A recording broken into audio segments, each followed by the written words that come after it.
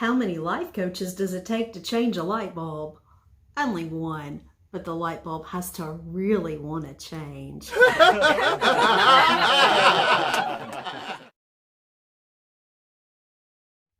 Change can be hard, but no worries. I have 7 tips to help you make the changes you want to make. Tip number 1, evaluate what you need. Think it through. Don't just expect it to magically happen. Stop and think about what are the things you're going to need.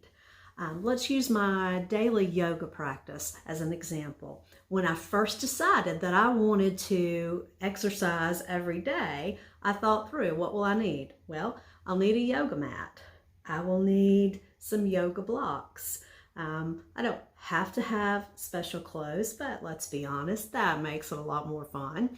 I also need a yoga program. So I went through and thought, all right, let me go find my yoga mat. Let me buy the yoga blocks that I need. Let me get my clothes together. Let me find the yoga program and pick out which classes I want to do. So I evaluated what I needed and I got it together. Now tip number 2, do a mental walkthrough. This does a couple of things. It helps you catch anything you might have missed that you may need to go get. It also helps you think about the time of day or the place you're going to do it. Like with my yoga, I realized if I got up in the morning and went into the kitchen and stumbled around and thought, coffee sounds good, I'm going to sit down and have a cup of coffee, which is not good to do before yoga. So that's going to mess up my wanting to do my daily yoga routine. So I realized from that mental walkthrough that I would be better off doing my yoga in my bedroom before I ever leave the bedroom to go be tempted by caffeine. That was helpful. Now, another thing it does, and you've probably heard this with high performance athletes, visualize yourself. Visualize the complete process of you doing this new habit effectively. It's really helpful because it tells your brain, hey, I am the kind of person who has a daily yoga routine. Look, this is how I do it. I get up in the morning. Tip number 3, I've hit on it already. Arrange your environment. Make it so simple, so easy to do the new thing you want to do. If I have to go look through my house for my yoga mat, chances are good I'm going to get distracted and I'm going to wander off and I'm going to do something else. So I'm not going to do my yoga. So I've arranged my environment. I've put all of my stuff together. Thing we can do is make the environment conducive to what we want to have taking place there. Our environment is why it's a little more difficult for those of us who are all of a sudden working from home, because our home environment tells us to relax, to enjoy being with family. It also tells us to get the laundry done. But there are all these cues. Our whole context is not work. So if now you're having to work from home, you can, if you don't have a room to dedicate to be your office, have a desk, have a table. If even that's a stretch, another thing you can do is have a ritual or a sound or something that signals to your brain, hey, this is time. This is my place and my time to do my work, to do my yoga. One of the things I really like about the yoga practice I do it through doyogawithme.com online. And as they begin every routine, they have a sound, and that signals to my brain. When I hear that sound, I know, because I've done it so much now, I just mentally and physically feel the release and the readiness, the anticipation of it's time to do my yoga practice. So that sound is a cue. It's an environmental cue. Tip number 4, schedule it. You might not have to schedule it forever, but in the beginning, schedule your new habit. I actually put my yoga into my calendar ahead of time, and I honored that commitment to the time. I didn't let something else take over. Schedule it and honor that commitment. Tip number 5, ask for help.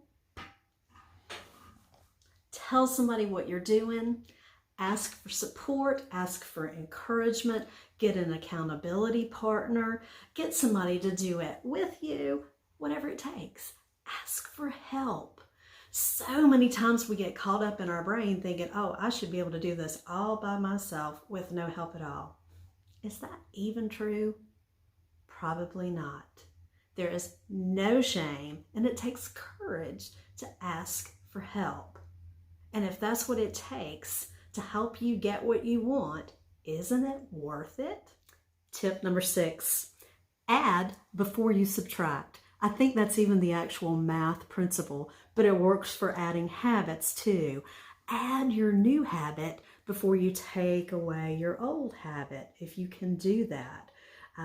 You've probably heard the saying that nature abhors a vacuum. If you leave a hole, we want to fill it with something. So let's think about if you want to stop eating sugar, or, and I hate this 4-letter word, diet.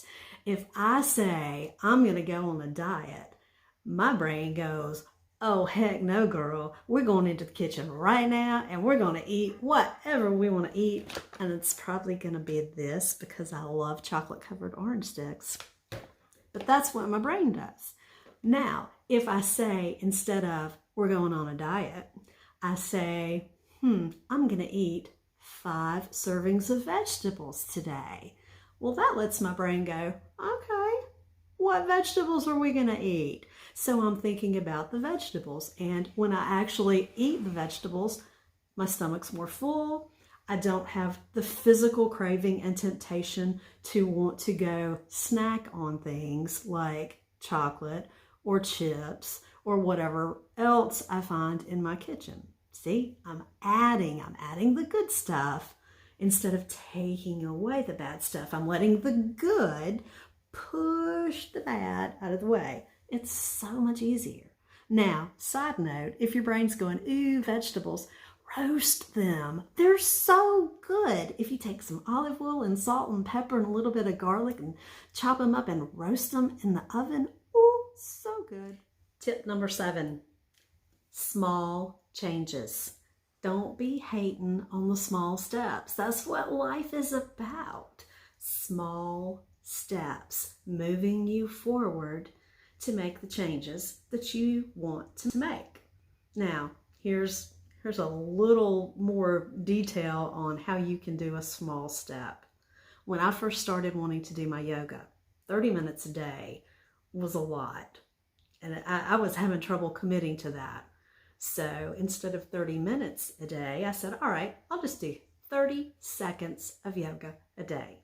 So I put my clothes on, I rolled my mat out, I primed my online video, and I started and I did 30 seconds. Well, you know what happened. I wound up doing more than 30 seconds, but my commitment was to 30 seconds a day. But I'd already prepared and gotten there because, preparation is so important. What's that saying about how much rocket fuel does the rocket use when it blasts off? It's like the majority of fuel when a rocket ship blasts off is used to take off. So make your commitment to do just a little bit, a little change. Little changes aren't as abrupt, and we're better able to stick with our little changes. So don't be hating on the little small steps.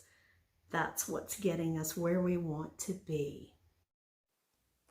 If you're thinking about making some changes in your life, I'd love to be able to help you. Reach out. Thanks for watching the video. Subscribe to my YouTube channel and click the bell so you get notifications.